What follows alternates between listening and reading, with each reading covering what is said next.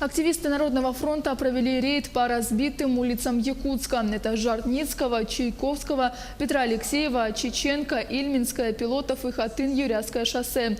Эти улицы жители столицы отметили на сайте «Карта убитых дорог». Их собираются ремонтировать в следующем году. Елизавета Васильева продолжит. Первая разбитая улица Жарницкого. Здесь ремонт от Объездного шоссе до улицы Строителей завершен. А вот на участке от Строителей до Пирогова еще нет, так как не хватило финансирования.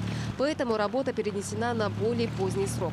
Объект признается сложным. Очень много примыканий, торговых точек и инженерных сетей. Жалоб тоже много от пешеходов и водителей. Дорога ужасная, конечно. Вообще. Весной еще страшнее.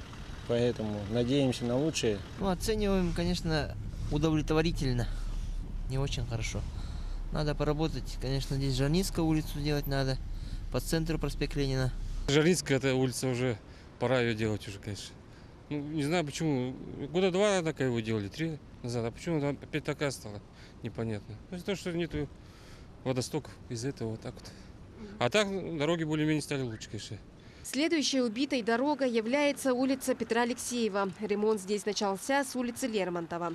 Следующий этап – строительство круговой развязки на пересечении улиц Пирогова, Петра Алексеева, Стадухина и последующее асфальтирование до улицы Семена Данилова.